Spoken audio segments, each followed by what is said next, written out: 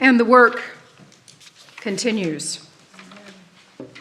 And the work continues. What did she say? And still? And still. Even now, the work continues.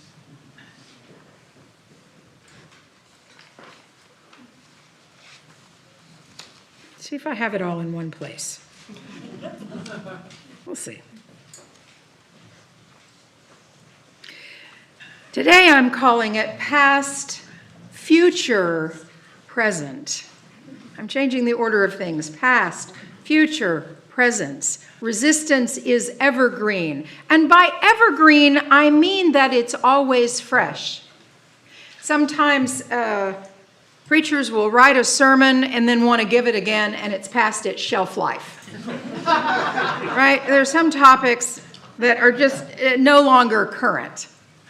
But resistance is evergreen. It's always fresh. So as Dana was telling her story, and she was talking about the people who realized that something wasn't right, something wasn't fair, and they thought that they would get together and do something about it. I thought we could tell that about all kinds of different groups. You know, groups that have stood up in resistance in the past, who have risen up. And so we can think about several different ones. Can you think of a group that has found itself mired in oppression and decided to rise up? Just say them out. Suffragettes. Suffragists, yes. Slaves, thank you. People who were enslaved, right? The Irish. The Irish Rebellion. I see here another one. The LGBTQ plus community, yes. I think of the Stonewall riots in particular. Warsaw Ghetto. The Warsaw Ghetto, yes. The Jewish uprising. Colonial Americans. The French Resistance. The French Resistance. People of First Nations all over the world. People of First Nations all over the world. Indigenous people. Women textile workers. There's another one. Black Panthers. The Black Panthers. I'm going to talk about the Black Panther Party. Disability groups. Disability groups. Thank you. Banjo players.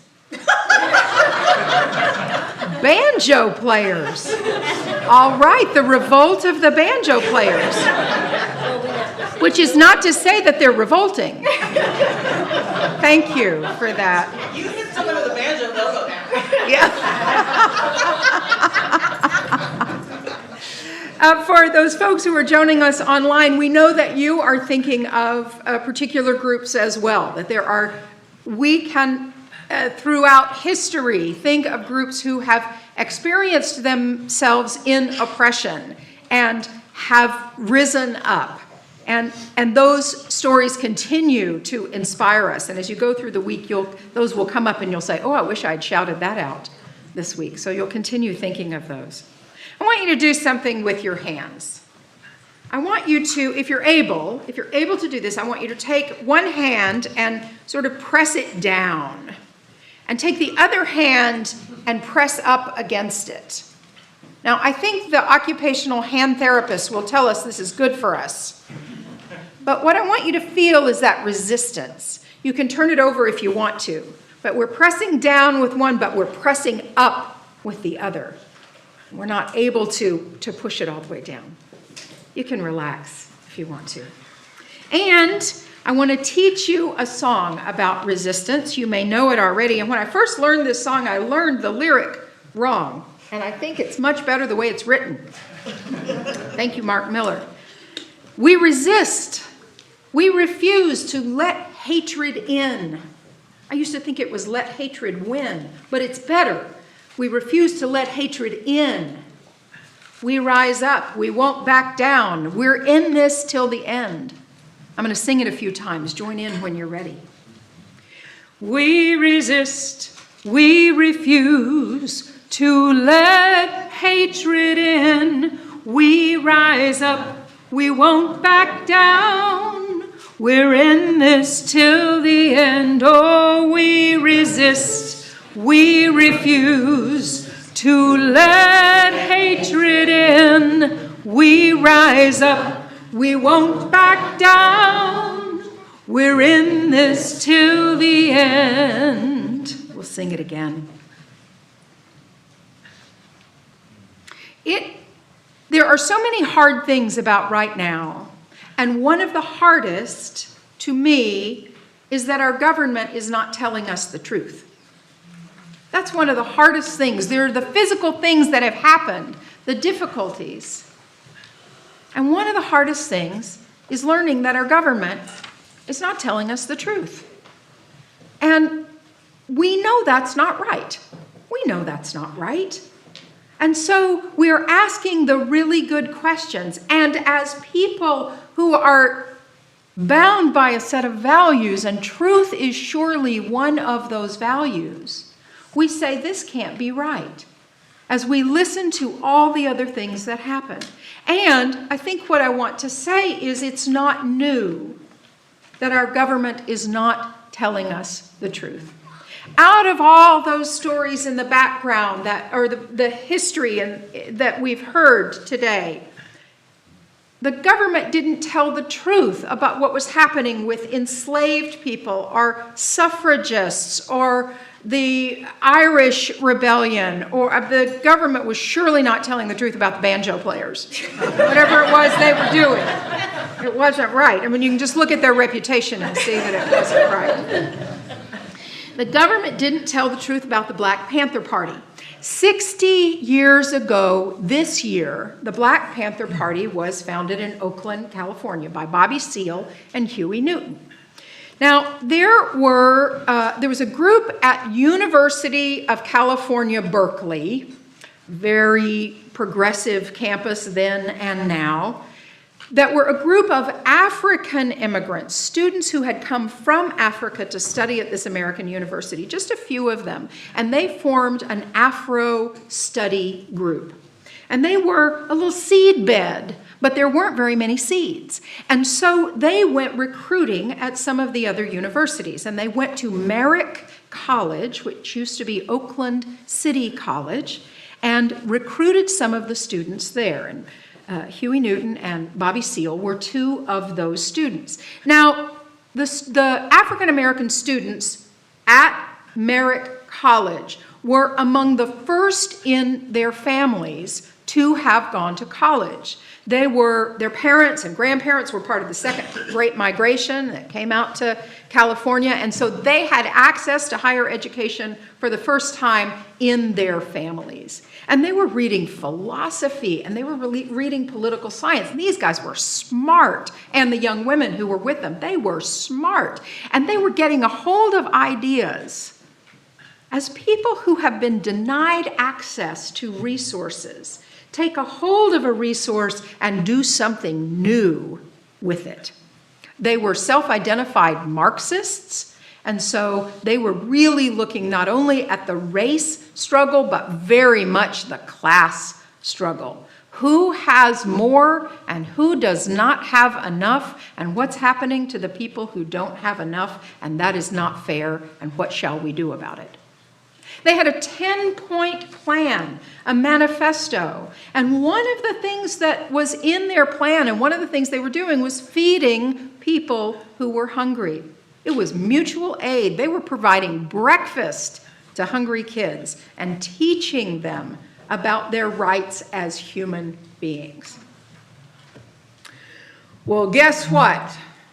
The government didn't like the government, as we say in Texas, the government didn't like that. I keep blanking on his name.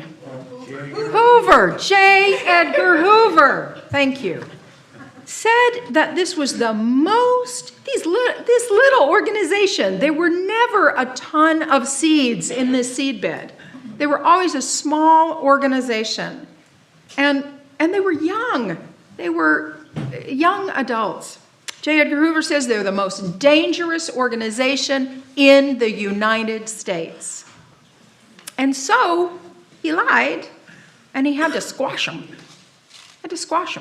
What he did was recruit some people paid them to go into the group and spy on them. People who were not telling the truth about who they were. They went in and they spied on them, and they went back to Hoover at the FBI and told him what was happening. The FBI put out a lot of propaganda. Propaganda is the idea, it's putting forward an idea to get to a specific end. If I am giving you propaganda, I want you to think one thing. I'm telling you how to think, and I'm turning the truth on its ear. He put out propaganda, and he said that these were really bad folks, that they were dangerous, that they were mean, that they were militant, that they were anti-white. And by their own admission, they were not. They were not anti-white. They were not anti-anybody. They were for self-defense and self-determination. Are you for self-defense and self-determination? Sure. That makes sense for all of us. That's fair. But they were not fair. The government was not fair about them. And guess what? Their reputation is still very much tarnished. Any of you know the film Forrest Gump? Right? There's that scene about the Black Panther Party. And it lifts up all of the stereotypes that still are in the air about what we know about them. And they had an organization in Chicago, and Fred Hampton was killed by the government. And in his bed. in his bed, right. 21 years old. Yeah. So it's a hard thing to hear. It is a hard thing to hear. And what I want us to say is that it's not the first time that things have been hard. And we don't have to hold the hard truth alone. We hold it together. And we resist, we refuse to let hatred in. We rise up, we won't back down. We're in this till the end. Oh, we resist, we refuse to let hatred in. We rise up, we won't back down. We're in this till the end. Now, their 10-point plan was a manifesto. I want to go to the far, far future in a galaxy far, far away. Many of you here are more versed in the Star Wars universe than I am. It would be easy to be more well-versed in the Star Wars universe than I am.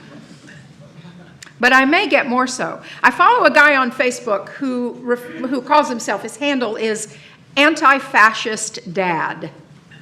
And this week, he was talking about how we talk to young ones about what happened in Minneapolis this week. And he talked about Nemec's manifesto from the TV series Andor, which is part of the Star Wars story. Nemec's manifesto, Nemec was this ideological intellectual and a rebel in the story. The nature of rebellion, his manifesto really talks about the philosophical basis for the nature of the rebellion against the galactic empire. The galactic empire. And it's the basis of the Rebel Alliance. Andor, the show Andor, follows Cassian Andor's journey from being a cynical thief to a dedicated rebel hero. And it's set before the story Rogue One. And Rogue One is about a band of unlikely rebel heroes who unite for this desperate mission to steal the plans for the Death Star. They had a plan to do this. And so people are not working alone. They're working together. And they have this manifesto, this philosophical basis for it. Ben read part of it, but here's the whole thing. Nemec says, there are times when the struggle seems impossible. I know this. Alone, unsure, dwarfed by the scale of the enemy. Remember this. Freedom is a pure idea. It occurs spontaneously and without instruction. Random acts of insurrection are occurring constantly throughout the galaxy. There are whole armies and battalions that have no idea that they are already enlisted in the cause. Remember that the frontier of the rebellion is everywhere, and that even the smallest insurrection pushes our lines forward. And remember this, the need for imperial control is so desperate because it is so unnatural. Tyranny requires constant effort. It leaks, it breaks. Authority is brittle, and oppression is the mask of fear. Remember that. And know this. The day will come when all the skirmishes and battles, these moments of defiance, will have flooded the banks of the empire's authority, and there will be one too many. One single thing can break the siege. We resist, we refuse to let hatred in. We rise up, we won't back down. We're in this till the end. And that leads us to the present. To the death on the street this week of a mom, a dog owner, a wife, a friend, a legal observer, Renee Good. I love that her last name is Good. By another human being, by ICE agent, whom I don't know much about. Could be a dad, could be a friend, could be a neighbor, could be a dog owner. Jonathan Ross. Two human beings who meet on the street with horrible consequences. We don't know how to hold it, but we do know it's not right. We do know it's not fair. And so lots of people this week have risen up. It's not the first time in South Minneapolis that people have been out on the street. I have to tell you, and so many of you have been so kind this morning. I heard somebody say, I'm surprised to see you here. I thought you'd be in Minneapolis. You know, I lived there for 26 years, and my home was in South Minneapolis, about 4 miles from where this happened. And it was hard this week to be away. I scanned those photos on Facebook. I looked closely, and I saw the faces of people I know who were out in the streets. They're out in the streets witnessing and protesting and blowing their whistles and observing. And they're also doing real mutual aid. They're collecting money and food for people. They're giving rides to people who are afraid to go out. They're picking up kids from school when parents are afraid to go. They're being on signal chats with each other, finding out what's needed and where. They are truly, truly community, and they didn't have to build it from scratch on, what day was it, Wednesday? They didn't have to build it from scratch on day one. They had already been doing that. This is the same neighborhood where George Floyd was killed. It's the same city where Jamar Clark died, and near where Philando Castile died, and all of these things that had happened, and people were already ready to be with each other on the street. They already knew that they were inextricably linked. I put this on my newsletter article, and I'll say it again. Ashley Horan, who's the Unitarian Universalist Association Vice President for Ministries and Programs. We love those big, big names. Ashley lives just a block from where Renee Good was killed. And Ashley is just all right. She is salt of the earth. And so she was reporting, she was doing a live comment about what was going on. And she's, if you're not following Ashley Horan on Facebook, she's a really great person to follow. And she said, As a Unitarian Universalist, I know two things in my bones: that every human being has worth and dignity, that each of us is precious. Now, one of the things that means for me is I don't want Jonathan Ross to be shot in the street any more than I want Renee Good to be. I don't have to know him or like him to believe that he has worth and dignity. And I'm telling you, that is a hard place for me not to let hatred in. That's the resistance for me right now, is to not let hatred in, because I'm telling you, it wants to get in the door of my heart. To believe as a matter of faith that every human being has worth and dignity, even if they have lost their humanity, even if they lie, they still have worth and dignity. That is what this faith teaches me. And the second thing I know in my bones, Ashley says, I too, is that we are inextricably interdependent. Our lives depend on each other. We are connected in all of these ways, not just with the people that we love and like, but each and every one of us on this planet. Each and every one of us. And so we can't extract, we can't pull apart how we are interdependent. If those two things are true, that everyone has worth and dignity, and we are all connected, then we have to care about each other. We have to care about each other. Now, I've been thinking a lot about the young ones who are with us in our service.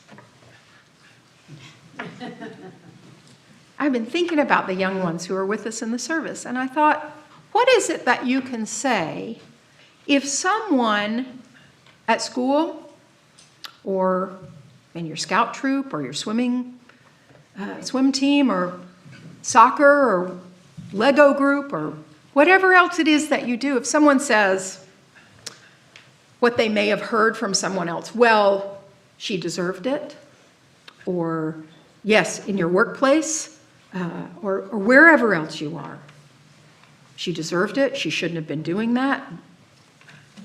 I can say, without having to argue with what I saw with my own eyes on the video, I don't have to say our government is lying, even though they're, I can say, because of my faith, I believe that everyone has worth and dignity, and that we are all interconnected, and so we have to care about each other. That's hard to argue with. Someone could argue with me, but I think for me that's the takeaway, and that's what I'm holding, to not let hatred in and not have to argue with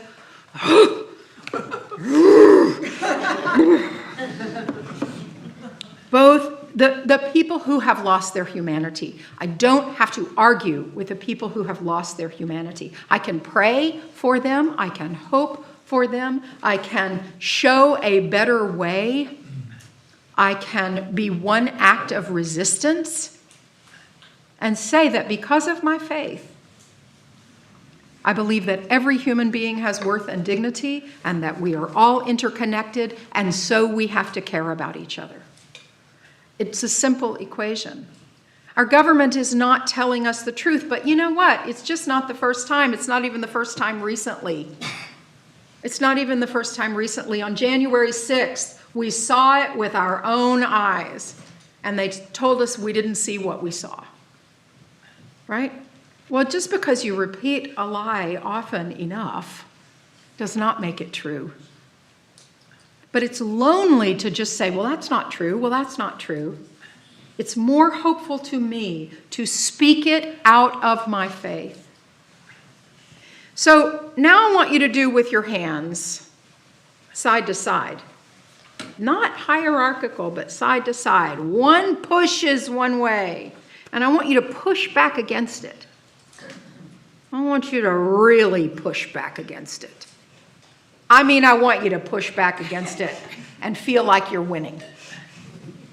I'm pushing to the left. Do y'all see that? I'm always going to push to the left. Given a choice, I'm always going to push to the left. When you need to breathe this week, when you are feeling in despair, whether it's this week or next month or whenever it is, when you pick up the piece that Jenny created for us for the social justice table out here, these are the names of, there were 30 deaths this year in migrant detention facilities. 7 of them occurred in December, and they were names like Francisco and Shiraz and Jean and Delwan and Fuad and Nenki and Jose and Jesus and Maria. It was when it was a woman named Renee, a white woman, that I heard about it first. So we keep our ears open. We try not to despair. And when you're feeling it, I want you to put your hands together at home, when you're at home this week or you're reading the news or whatever, and it's just, you can't get your breath. I want you to be the Rebel Alliance and push back against the empire. May you be blessed, and may you be a blessing. May it be so, and amen.